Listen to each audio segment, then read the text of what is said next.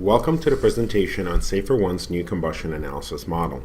The Combustion Analysis Model, or CAM for short, is a decision support tool for those involved in preparing for, responding to, and assessing the impacts of industrial and transportation-related chemical fires.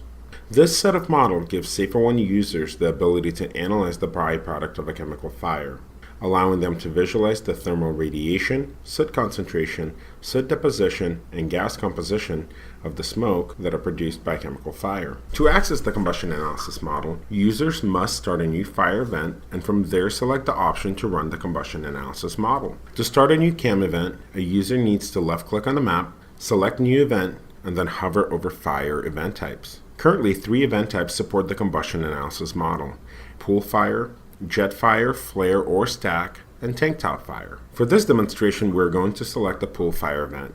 Once you select the event type, the new event widget pops up where you are able to enter the event details.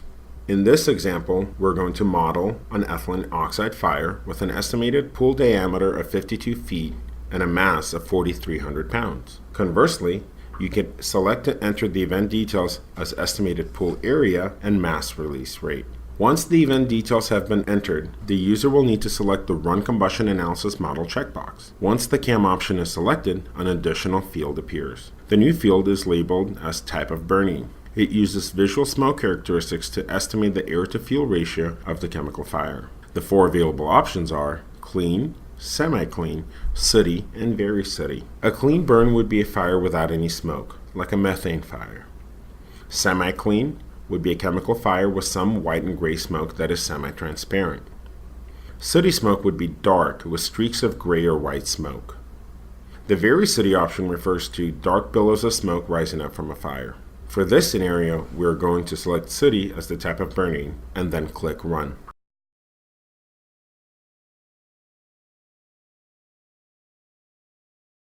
Once the model runs, the first output a user will see is the thermal radiation output.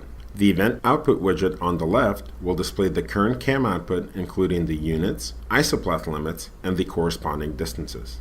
For thermal radiation, the default units are watts per meter squared, but can be changed by right-clicking the units and selecting the desired unit output. The same can be done with isopleth distance, which is displaying the furthest distance of the 3 isopleths from the event source, as marked by the event icon on the map. From here, you could select the additional CAM outputs, including soot deposition and soot concentration, by clicking the Output drop-down menu. As you select each option, the corresponding units, isopleth limits, and distances are displayed. A quick note about the soot outputs. They model burning hydrocarbons.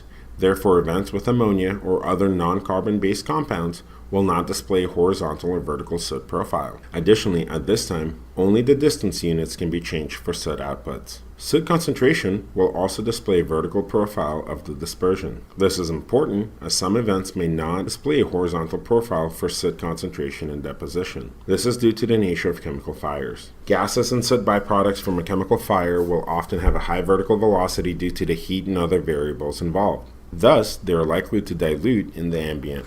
The 4th additional output of gas composition is present in a separate widget that is displayed regardless of the output selected in the event output widget. This output estimates the byproducts of the chemical fire based on the chemical you selected and displays the values as % composition by mass. From here, you could run an event report, select all the desired outputs, and choose to download the report to your local machine or share it with others via email.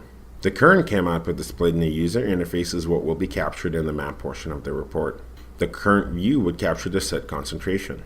If a user wanted to see the soot deposition or thermal radiation outputs, they would need to switch the output in the event output widget and then run the report. This completes the overview of the combustion analysis model in SAFER1. If you have additional questions, please contact SAFER support.